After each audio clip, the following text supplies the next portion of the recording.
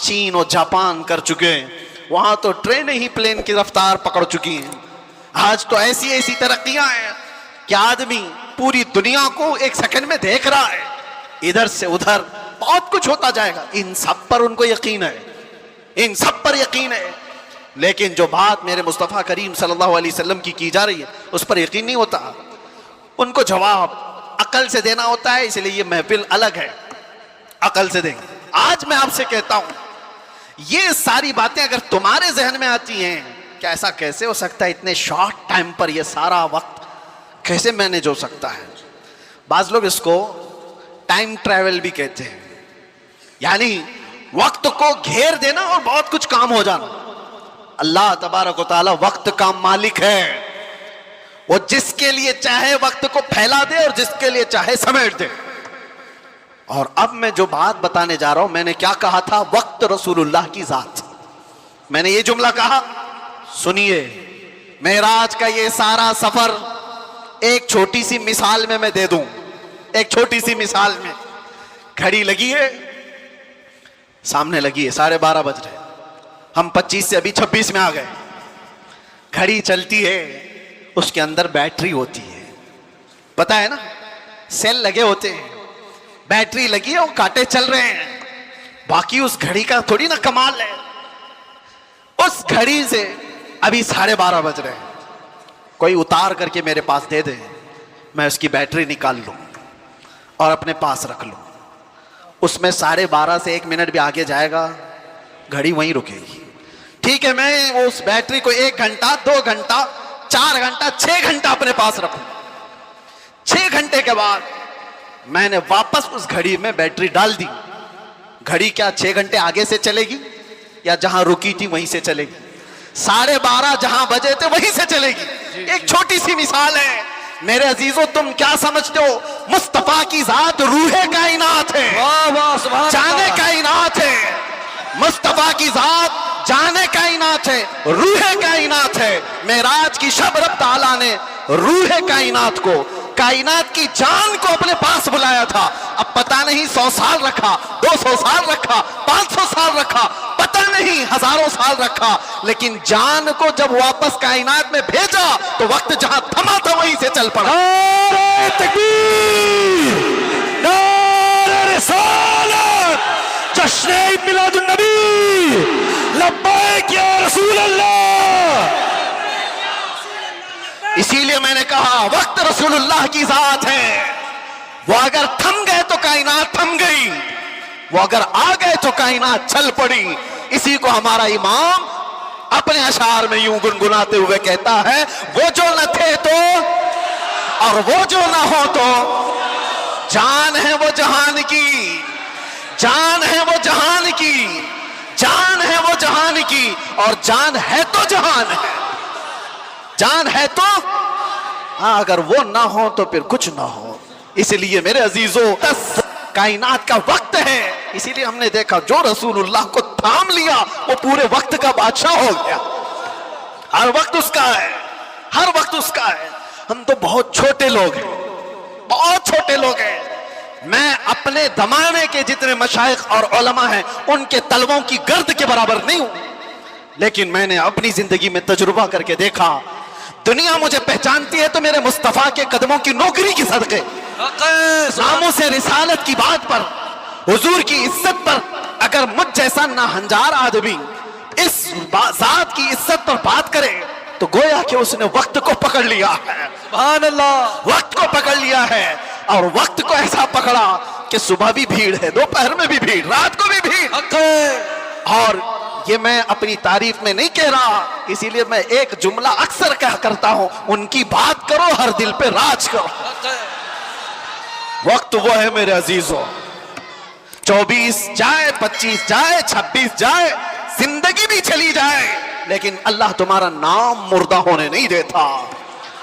ہاں، ایک بات یاد رکھ لو، جو پٹاخے اڑانے والے تھے ان کی بھی اڑ گئی، اور جو میرے مصطفیٰ کا پرچم بلند کرتے رہے، دنیا ان کو 1000 ٹکڑوں میں بھی کاٹ دے، لیکن ان کا نام اللہ تعالیٰ بچے بچے کی زبان پر زندہ رکھتا ہے۔ کیا ہمارے زمانے سے، ہمارے دور میں امام شرف الدین بوصیری ختم ہو گئے؟ کیا سعدی شیرازی ختم ہو گئے؟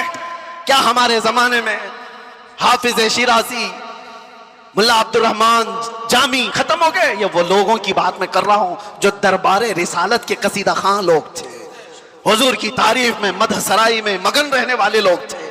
اسی لیے میرے عزیزوں، میں ایک بات کہتا ہوں، میرے آنے سے پہلے مجھے اصلاح کے لیے بھی کرنا تھا۔ ظاہر سی بات ہے ہمارا پورا جلسہ ریکارڈ ہوگا، کل کو اس کو اپلوڈ کریں گے کہ کلپ کاٹیں گے، لوگ اس پر اعتراضات کی بوچھار اور اس پر اپنا تماشا الگ، جو کچھ بھی ہوتا ہے۔ لیکن وضاحت کے ساتھ کہتا ہوں، ناظم صاحب آپ نے مجھے بلانے سے پہلے بہت سارا وقت برباد کیا ہے، اس وجہ سے کہ ہم نہیں ہیں اس محفل کی تعریف کرنے کے لائق۔ اتنا وقت اگر میرے مصطفیٰ کی تعریف کرتے تو رحمت کے فرشتے اتر رہے ہوتے ہیں۔ بے شک، سبحان اللہ، بارگاہ مصطفیٰ میں لبیک لبیک لبیک یا رسول اللہ، لبیک لبیک لبیک یا رسول اللہ، لبیک لبیک لبیک یا رسول اللہ، لبیک لبیک لبیک یا رسول اللہ۔ لبیک یا رسول اللہ۔ بارگاہ رب العزت میں دعا یہی ہے کہ رب تبارک و تعالی ایرے غیرے نتو کھیرے کے لیے زبان کھلنے سے بچائے۔ اعلیٰ حضرت کے پاس نان پارا کے رہنے والے صاحب آئے تھے اور یہ کہتے ہوئے کہ ہمارے نان پارا کے جو نواب صاحب ہیں ان کی شان میں جب کوئی شاعر شعر پڑھتا ہے تو خوب نذرانے دیتے ہیں۔ شاعر لوگوں کا حال یہی ہے، اور قرآن نے ان کو کہا ہے وَالشُّعَرَاءُ يَتَّبِعُهُمُ الْغَاوُونَ، اکثر شاعر تو گمراہی کی وادی میں گر جاتے ہیں، اکثر شاعر۔ لیکن بارگاہ مصطفیٰ کے شاعروں کی بات نہیں ہے یہ، دنیا کی مدح سرائی۔ میں اس لیے کہہ رہا ہوں، میاں آپ برا نہ سمجھیں، بہت سارے ناظم کا مطلب سمجھتے ہو، اناؤنسر جو ہم کو بلانے کے لیے بھی ہوتے ہیں، اس کی ضرورت بھی نہیں محسوس ہوتی، کون نہیں پہچانتا ہم کو، سیدھے آپ میرا نام لے کر پکارتے، ویسے بھی یہ لوگ نعرے لگاتے۔ نہ ہم کو آسمان پر چڑھانے کی ضرورت اور اس کے بعد پھر گرانے کی ضرورت۔ دنیا پہچانتی ہے تو وقت مختصر نام لیں، ہم تو اپنے القابات کے بھی قائل نہیں۔ میں کہہ رہا ہوں، اعلیٰ حضرت کے پاس صاحب آئے اور انہوں نے کہا کہ آپ بہت اچھے شاعر ہیں مولانا احمد رضا خان، ایک منقبت یا ایک نظم ہمارے نواب صاحب کے لیے بھی لکھ دیجئے، میں جا کر کے سناؤں گا تو بڑے نذرانے ملیں گے۔ اعلیٰ حضرت قلم کے بادشاہ، ارے میاں اللہ نے وہ دولت عطا کی تھی، محسن کاکوروی صاحب ایک بڑے شاعر تھے، اعلیٰ حضرت کے پاس وہ ایک قصیدہ لکھ کر کے لائے تھے۔ کس چیز کا قصیدہ؟ معراج کا قصیدہ، حضور کے معراج کا قصیدہ، اس میں کاشی، گنگا جل سب کا ذکر تھا۔ انہوں نے استعارہ کے طور پر اشعار لکھے تھے، کاشی سے چلا جانب متھرا، اس طرح کے اشعار۔ اعلیٰ حضرت نے 2 شعر سنے، اس کے بعد کہا محسن صاحب رکیے، عصر کا وقت ہو گیا، نماز کے لیے جائیں۔ عصر کی سنتیں پڑھی، اور سنت اور فرض کے بیچ میں کتنا وقت رہتا ہے؟ عصر کی سنت اور فرض کے بیچ میں اتنے ہی وقت میں قصیدہ معراج اعلیٰ حضرت نے لکھ لیا، سبحان اللہ۔ اور عصر کی فرض نماز کے بعد آئے اور کہا کہاں ہے کاکوروی صاحب، سنیے میں نے بھی لکھا ہے۔ محسن صاحب نے کہا آپ نے کب لکھا؟ عصر کی سنت اور فرض کے بیچ جو وقت ملا تھا اس میں میرے ذہن میں جتنے آئے میں سنا دوں۔ سنانے لگے، وہ سرور کشور رسالت جو عرش پر جلوگر ہوئے تھے، نئے نرالے طرب کے ساما عرب کے مہمان کے لیے تھے، ضیائیں کچھ عرش پر آئیں کہ قندیلیں سب جھلملائیں، حضور خورشید کیا چمکتے، چراغ منہ اپنا دیکھتے تھے۔ پورے معراج کا واقعہ کیسے لکھا؟ وہی ہے اول، وہی ہے آخر، وہی ہے ظاہر، وہی ہے باطن۔ حضور کے بارے میں کیا کہتے ہیں؟ وہی ہے اول، وہی ہے آخر، وہی ہے ظاہر، وہی ہے باطن۔ اب سنو پورے معراج کا واقعہ۔ اعلیٰ حضرت کہتے ہیں اسی کے جلوے، اسی سے ملنے، اسی سے اس کی طرف گئے تھے۔ سبحان اللہ۔ اسی کے جلوے، اسی سے ملنے، اسی سے اس کی طرف گئے تھے۔ پورے اشعار سنتے رہے کاکوروی صاحب، ختم ہی نہیں ہو رہے ہیں۔ اعلیٰ حضرت نے جانتے ہو یہ قصیدہ معراج 4 شعر، 6 شعر، 8 شعر کا نہیں، پورے 168 اشعار لکھ دیے تھے۔ سبحان اللہ۔ جس کو قادر الکلامی اتنی ہو، جس کو اللہ تعالیٰ نے زندہ باد، زندہ باد اعلیٰ حضرت، جس کو اللہ تعالیٰ نے اتنی قادر الکلامی عطا کی ہے اشعار کی زبان پر، تو وہ جب قلم چلائے تو کیا نہیں کہہ سکتا۔ نان پارا والے صاحب سے بھی کہا ٹھیک ہے قلم چلاتا ہوں، وہ نواب صاحب کی شان میں لکھوانے آئے تھے، بریلی کا امام لکھنے لگ گیا وہ کمال حسن حضور ہے سبحان کہ اللہ گمان نقص جہاں نہیں، اے یہی اللہ۔ پھول خار سے دور ہے، یہی شمع ہے کہ دھواں نہیں، یا رسول اللہ تیرے آگے یوں ہیں دبے لچے اے واہ واہ۔ فصحا عرب کے بڑے بڑے، کوئی جانے منہ میں زباں نہیں بلکہ جسم میں جان نہیں، سبحان اللہ۔ کروں تیرے نام پہ جان فدا، اے۔ نہ بس ایک جان دو جہاں فدا، دو جہاں سے بھی نہیں جی بھرا، ارے کروں کیا کروڑوں جہاں نہیں۔ سبحان اللہ۔ اعلیٰ حضرت لکھتے گئے کس کی شان میں؟ بارگاہ مصطفیٰ میں۔ آپ کو پتا ہے ایک شعر کی تشریح کرنے میں 4 گھنٹے لگ سکتے ہیں، وہ کمال حسن حضور ہے۔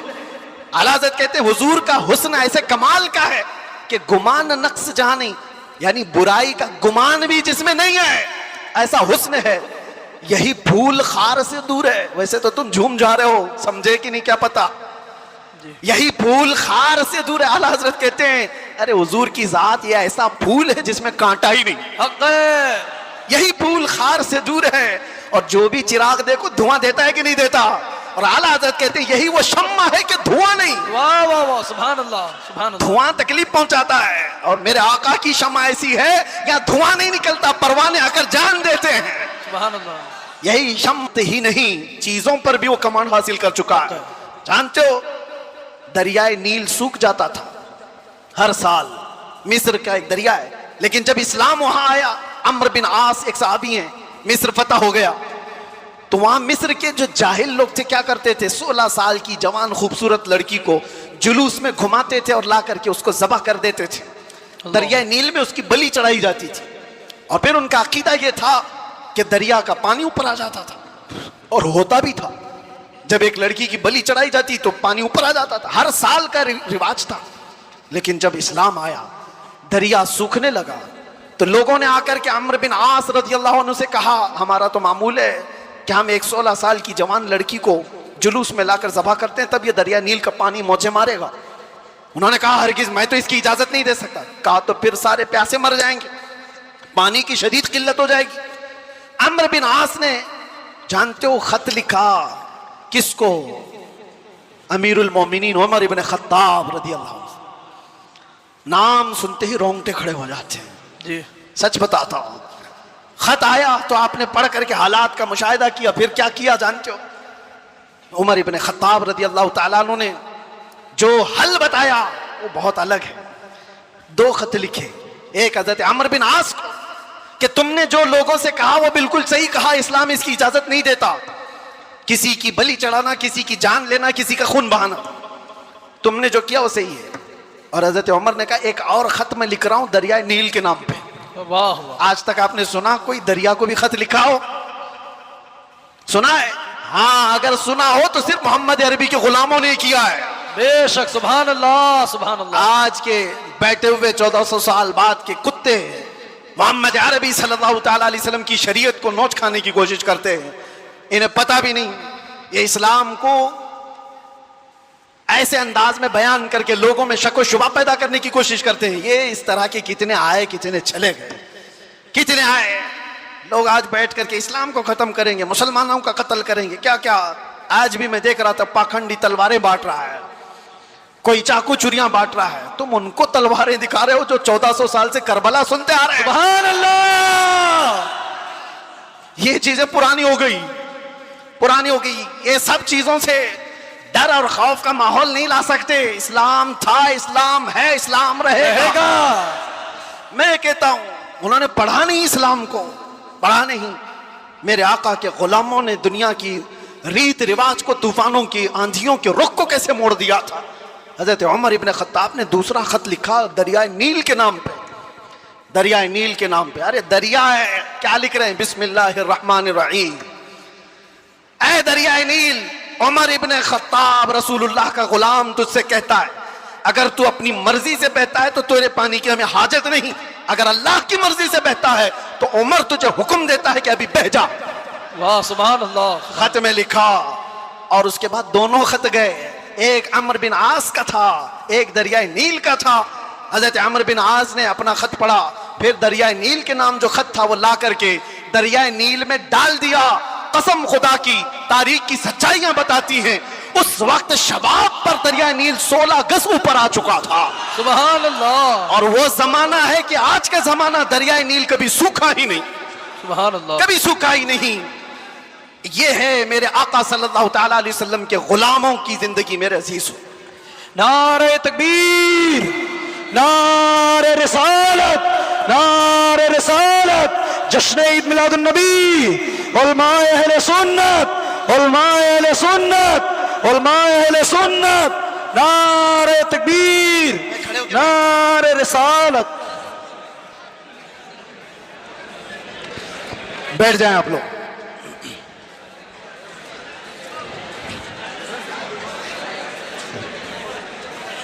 ہو گیا بس.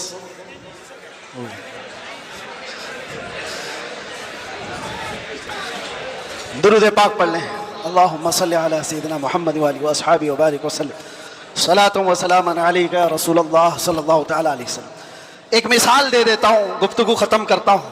ابھی میں نے بتایا نا, میری تقریر میں ہی بتایا, تیمم کا مسئلہ بتایا نا. پانی آ گیا تو تیمم ختم. ہم تیمم میں پانی آ چکا ہے.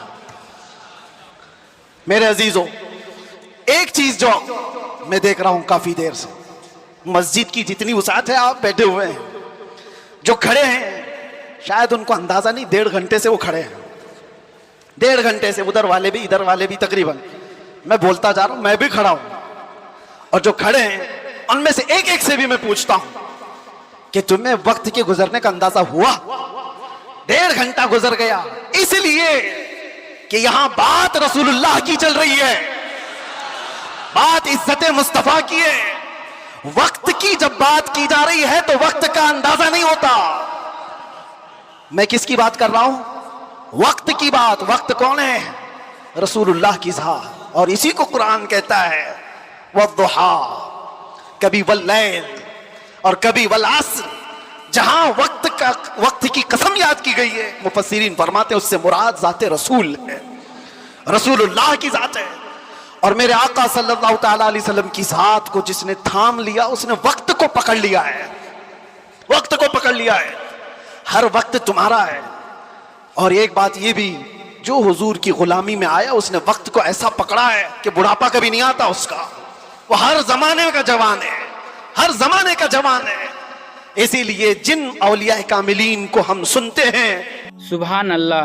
کیا خوبصورت انداز میں مفتی سلمان اجہری نے بتا دیا کہ ہمارا شب معراج کس طرح سے ہوا, اور ہمارے سرکار صلی اللہ علیہ وسلم نے کس طرح سے آسمان پہ گئے اور جا کر کے اپنے محبوب سے ملاقات کی ہے. دوستو, جس طرح سے مفتی سلمان اجہری نے وہ ساری باتیں اس میں بتائی ہے کہ ہمیں دوسروں کو سمجھانے کی کوئی آوشکتا نہیں ہے. اس سمے کو روک دیا گیا تھا, اور جس طرح سے سمے کی گھڑی جو ہمارے قریب آتی ہے, اور جس طرح سے ہماری کو بدلاؤ ہمارے اندر آتا ہے, اور ہمیں بھی اب جس طرح سے شب معراج کو لے کر کے مفتی سلمان اجہری نے بات کیا. اور دوستو, شب معراج آنے والا ہے, اور شب معراج کے دن کا نفلی جو روزہ اور نفلی جو ہے کہ 6 رکعت نفل کی نماز جو ادائیگی کی جاتی ہے, جس کا ثواب بہت زیادہ ثواب ہے. تو دوستو, امید ہے کہ آپ تمام حضرات ایسی ثواب جو ہے کہ اس آنے والے 27 رجب کو آپ لوگ حاصل کرنا چاہیں, اور حاصل کرنا بھی چاہیے. تو دوستو, آج کے لیے بس اتنا ہی. السلام علیکم, خدا حافظ.